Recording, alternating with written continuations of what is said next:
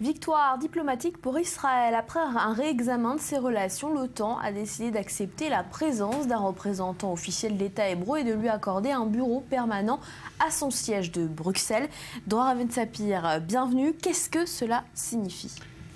Alors il faut rappeler qu'Israël, bien évidemment, n'est pas membre à part entière de l'OTAN et ça a bien sûr des conséquences. Lorsqu'un pays est membre à part entière de l'OTAN, s'il est agressé par d'autres pays, eh bien les autres membres de l'OTAN lui doivent assistance et doivent participer à sa défense. Israël devra continuer à ne compter que sur lui-même pour assurer sa défense. Mais tout de même, la coopération qui existait déjà et qui était étroite entre Israël et l'OTAN eh bien, va monter d'un cran puisque Israël pourra bénéficier d'un représentant officiel, d'un bureau officiel aux instances de l'OTAN. Alors comment cette admission a été rendue possible ? Il y avait des blocages, il y avait des oppositions qui venaient bien évidemment de la Turquie. Vous savez, la Turquie est l'une des pièces maîtresses de l'OTAN. La Turquie est l'un des pays membres les plus importants de l'organisation du traité de l'Atlantique Nord.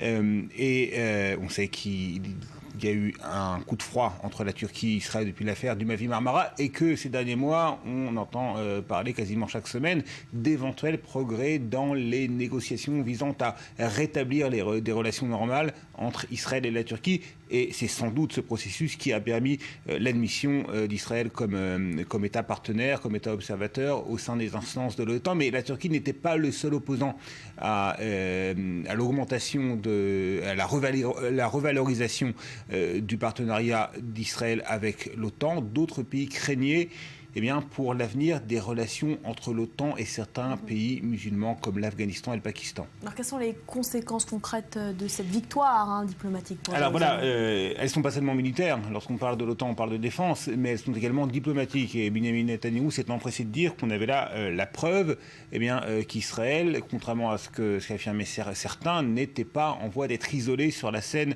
internationale. Maintenant, lorsqu'on est partenaire de l'OTAN, c'est du donnant-donnant.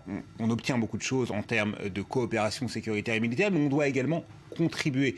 Les États partenaires de l'OTAN, par exemple, participent à certaines opérations militaires dirigées par l'OTAN, notamment en Extrême-Orient. Est-ce que ce sera le cas pour Israël ? Est-ce qu'Israël devra dépêcher des experts, voire même des militaires pour participer à certaines opérations menées par l'OTAN ? C'est bien possible. Merci beaucoup, Dror, pour ces précisions. Et puis,